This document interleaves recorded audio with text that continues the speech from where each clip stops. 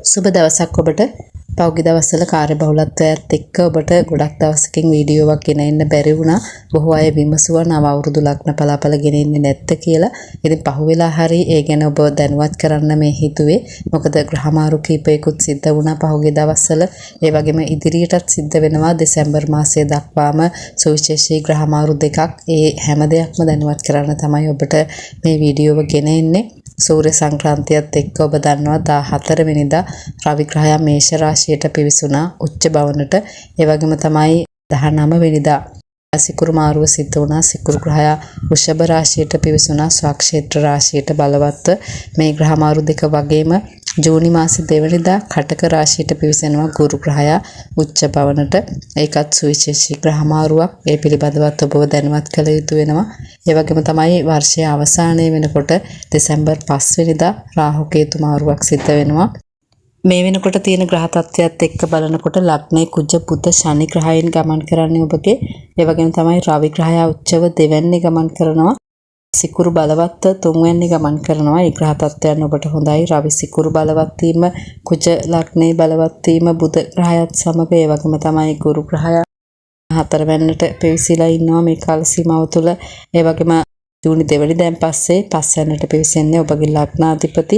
ඒ ග්‍රහ තත්ත්වය ඔබට හොඳයි. ඒ වගේම රාහු ග්‍රහයා 11 වෙනිදාට පිවිසෙනවා. කේතු 5 වෙනිදාට පිවිසෙනවා දෙසැම්බර් 5 වෙනිදා වෙනකොට. ඉතින් මේ වගේ ග්‍රහ තත්ත්වයක් එක්ක තමයි මේ වර්ෂයේ ගෙවෙන්නේ ඔබට. දැනට ඔබට ලග්නගතව ශනි ගමන් කරන නිසා ඒ රාෂ්ටක තත්ත්වයක් තියෙනවා. නමුත් විටින් විට උස් පහත් වීම තියෙනවා මේ ග්‍රහමාරු සිද්ධ වෙනකොට. මීන ලග්න හිමියන්ගේ ආර්ථිකය ගැන කතා කරනකොට හොඳ ග්‍රහ තත්ත්වයක් තියෙනවා මේ වෙනකොට. මොකද කුජ ලග්නයේ ගමන් කරනවා ශනි ග්‍රහයත් සමග දෙවැන්න සහ 11 වෙනි අධිපති බුධ ග්‍රහයත් සමග ඉන්නේ 4 වෙනි සහ 7 වෙනි අධිපති. ඒ වගේම තමයි ධනස්ථානයේ රවි ග්‍රහය උච්චව ගමන් කරනවා. සිකුරු බලවත්ව ගමන් කරනවා. ඒ ග්‍රහ තත්ත්වයත් එක්ක ඔබට මුදල් ලැබීම්, හදිසි දාන ලාභ ආදී තියෙනවා. නමුත් ඔබ වියදම් කරනකොට ටිකක් පරිස්සම් වෙන්න ඕනේ. හදිසි වියදම්, අනවශ්‍ය වියදම් එන්න පුළුවන් පවුලේ අයගේ. එහෙම නැත්නම් ණයට කවුරු හරි ඉල්ලගෙන එන්න පුළුවන්. ඒ ගැන සැලකිලිමත්ව කටයුතු කරන්න ඕනේ. මුදල් වියදම් කරනකොට මුදල් ලැබීම් වල ගැටලුවක් නැහැ. ඊළඟ මාසයේ වගේ වෙනකොට හොඳ තත්ත්වයක් තියෙනවා. කුජ ග්‍රහය දෙවැන්නට පිවිසීමත් එක්ක මුදල් ලැබීම් ඉතුරු කිරීම වර්ධනය කරගන්න පුළුවන් වෙයි මේ මාසයේ වගේ වෙනකොට. ඒ වගේම වර්ෂයේ අවසානයේ වෙනකොටත් ඔබට හොඳ තත්ත්වයක් තියෙනවා. මොකද රාහු 11 වෙනිදාට පිවිසෙනවා ඔබගේ අයස්ථානයට. ඒක ඉතාම හොඳයි. විශේෂයෙන් රාහු මහදසා අතුරු දසා විදසා ගත කරන අයට හදිසි ධනලාභ සහ මුදල් ලැබීම් වැඩි වෙන තත්ත්වයක් තියෙනවා වර්ෂයේ අවසානයේ වෙනකොට. ඒ වගේම ජූනි 2 වෙනිදාන් පස්සේ ගුරු ග්‍රහයා 5 වෙනිදාට කටක රාශියට පිවිසීමත් හොඳ තත්ත්වයක් තියෙන්නේ. ඔබගේ ලග්නාධිපති බලවත් වීම මේ නිසා ඔබට ආර්ථික තත්ත්වය සම්බන්ධව තරම්ම ගැටලුවක් වෙන්නේ නැහැ මේ කාල සීමාව පුරාම. නමුත් වියදම් කිරීමේදී ටිකක් මුදල් කළමනාකරණය කරගත්තොත් ඔබට හොඳ ආර්ථික තත්ත්වයක් ඇති කරගන්න පුළුවන් මේ ඉදිරි කාල සීමාව පුරාම. රැකියා ව්‍යාපාර කටයුතු ගැන කතා කරනකොට 10 වෙනි අධිපති ගුරු ග්‍රහයා 4 වෙනි සහ 5 වෙනි ගමන් කරන්නේ. ඒ තරම්ම ගැටලුවක් නැහැ. නමුත් ඉදහිට ස්ථාන මාරු, වැඩ අධික වීම, කාර්යබහුල වීම ආදී එන්න පුළුවන්. අභියෝගාත්මක තත්ත්වයන්ට මුහුණ දෙන්න පුළුවන්. තීන්දුව తీරන ගැනීමේදී පරිස්සමෙන් ගත යුතු වෙනවා. විශේෂයෙන් ආයතන ප්‍රධානියෙක් නම් ඔබ වැඩ කටයුතු කරනකොට ඔබට පැවරෙන වැඩ කොටස් ප්‍රමාද කරන්නේ නැතුව කරන්න ඕනේ. ඒ වගේම ආයතනයේ වැඩ කරන අය සමග සහයෝගයෙන් වැඩ කරන්න උත්සාහ කරන්න ඕනේ. ඉඳහිට උස් පහත් වීම ඇති වෙන්න පුළුවන් රැකියා ව්‍යාපාර ස්ථානය තුළ. නමුත් ජූනි 2 වෙනිදාන් පස්සේ හොඳ තත්ත්වයක් ඇති වෙනවා. ගුරු ග්‍රහයා 5 වෙනිදාට පිවිසීමත් එක්ක. ඉතින් මේ කාල සීමාව පුරාත් ඔබට ඔබේ වැඩ කටයුතු කරගෙන යන්න පුළුවන්. ඉවසීමෙන් බුද්ධිමත්ව කටයුතු කර යුතු වෙනවා. ආයතනය තුළ ව්‍යාපාර කටයුතු සම්බන්ධවත් ඒ වගේ හොඳ ව්‍යාපාරික අවස්ථා උදා වෙනවා ඔබට. ඒ වගේම තමයි හොඳ ව්‍යාපාරික සහකරුවන් මුණ ගැහෙනවා. හවුල් ව්‍යාපාර ආදී කරන්න බලාපොරොත්තු වෙමින් ඉන්නවා නම් ඒ සඳහා අවශ්‍ය ප්‍රාග්ධන මුදල් ආදී ලැබෙනවා. ව්‍යාපාරයක් පටන් ගන්න බලාපොරොත්තු වෙමින් හිටියනම් සුළුවෙන් හෝ ඔබට එවැනි කටයුත්තක් කරන්න පුළුවන් නම් ඉතාම හොඳයි මේ කාල සීමාව තුළ. එවැනි ව්‍යාපාර කටයුතු, රැකියා කටයුතු උනත් ඒ වගේ විශේෂයෙන් ජූනි 2 වෙනිදාන් පස්සේ අලුතෙන් රැකියාවකට යන්න බලාපොරොත්තු වෙමින් ඉන්නවා නම්, ව්‍යාපාරයක් පටන් ගන්න බලාපොරොත්තු වෙමින් ඉන්නවා නම් ඉතාම හොඳ පසුබිමක් තියෙන්නේ. හොඳ අවස්ථා උදා වෙනවා ඔබට. විදේශගත වීම සහ විදේශ රැකියා විදේශ ව්‍යාපාරික අවස්ථා සම්බන්ධවත් ඒ වගේ හොඳ අවස්ථා මුණ ගැහෙනවා ඔබට රැකියා ව්‍යාපාර කටයුතු සම්බන්ධව මේ වර්ෂයේ පුරාම. ඔබ නිවාස තැනීම් ඉදිකිරීම සංවර්ධනය කිරීම අලුත් ඇඩියා කිරීම ආදී කරන්න බලාපොරොත්තු වෙමින් ඉන්නවා නම් මේ වෙනකොට කරගෙන යනවා නම් ඔබට ඊටාම හොඳයි මේ කාල සීමාව. මොකද ගුරු 4 වෙනි ගමන් කරන්නේ ඒ වගේම 4 වෙනි අධිපති බුධ ග්‍රහය ලග්නේ ගමන් කරන්නේ. ඒ නිසා ඒ නිවාස අලංකරණ කටයුතු තැනීම් කෘෂිකාර්මික කටයුතු මැණික් පතල් යාන වාහන මිලදී ගැනීම විකිණීම මේ වගේ හැම දෙයකටම හොඳ පසුබිමක් තියෙනවා. හොඳ ගනුදෙනුකරුවන් විකුණුම්කරුවන් ලැබෙනවා ඔබට දේපල විකිණීම සහ මිලදී ගැනීම වලට. ඒ නිසා ඔබ එවැනි දේවල් කරන්න බලාපොරොත්තු වෙමින් ඉන්නවා නම් උත්සාහ කරන්න හොඳ අවස්ථාව ඔබට මුණ ගැහෙනවා. සමහර විට ඔබ බලාපොරොත්තු වෙමින් ඉන්නවා නම් දෙමව්පියන්ගෙන් හෝ පරම්පරාවෙන් දේපල ලැබෙයි කියලා එවැනි අවස්ථාවලටත් වාසනාව තියෙනවා. නීතිමය ගැටලු නඩුකබ ආදී තියෙනවා නම් දේපල සම්බන්ධව ඒ තත්ත්වයන් නැති වෙලා හොඳ පසුබිමක් ඇති වෙනවා.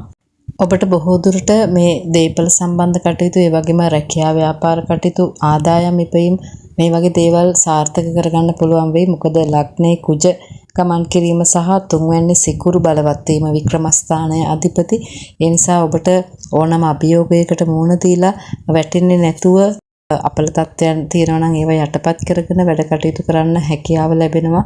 පෞද්ගලික කාල සීමාවේ අතපසු වෙච්ච වැඩ කටයුතු තිබුණා නම් වැඩ කටයුතු කල් දාලා තිබුණා නම් තීරණයක් ගන්න බැරුව හිටියා නම් මේ ඉදිරි කාල සීමාව තුළ ඔබට හැම දෙයක්ම සාර්ථක කරගන්න හැකි වටපිටාවක් තියෙනවා. ඒ වගේම ඔබට සහයෝගය ලැබෙනවා ඔබේ පවුලේ අයගෙන් සහෝදර සහෝදරයන්ගෙන් වගේම නෑදෑ හිත මිතුරන්ගෙන් ඔබට හොඳ සහයෝගයක් ලැබෙනවා මේ හැම වැඩ කටයුත්තක්ම කරගන්න. ඔබ විවාහ වෙන්න බලාපොරොත්තු වෙමින් ඉන්න කෙනෙක් නම් ඔබට විවාහ යෝජනා ලැබීම් තියෙනවා. 7 වෙනි අධිපති බුධ කුජ ශනි ග්‍රහයන් සමග ගමන් කරන්නේ. නමුත් ඒ විවාහ යෝජනා පිළිබඳව හොඳින් හොයලා බලලා කටයුතු කරන්න දෙමව්පියන්ගේ ආශිර්වාදය ලබා ගන්න උත්සාහ කරන්න දින යොදා ගන්න බලාපොරොත්තු වෙමින් ඉන්නවා නම් බොහෝ දුරට ඔබට ජූනි 2 වෙනිදාන් පස්සේ හොඳයි ගුරු බලවත් වීමත් එක්ක පස්වැන්නේ. ඉතින් දැනට ඔබ ඒ වැඩ කටයුතු කරන්න බලාපොරොත්තු වෙමින් ඉන්නවා නම් විවාහය සම්බන්ධ කටයුතු ඒවා ටිකක් පරිස්සමෙන් බුද්ධිමත් තීරණ අරගෙන වැඩ කටයුතු කළ යුතු වෙනවා. ශනි මංගල යෝගයක් මේ වෙනකොට ලග්නගතව ගමන් කරනවා.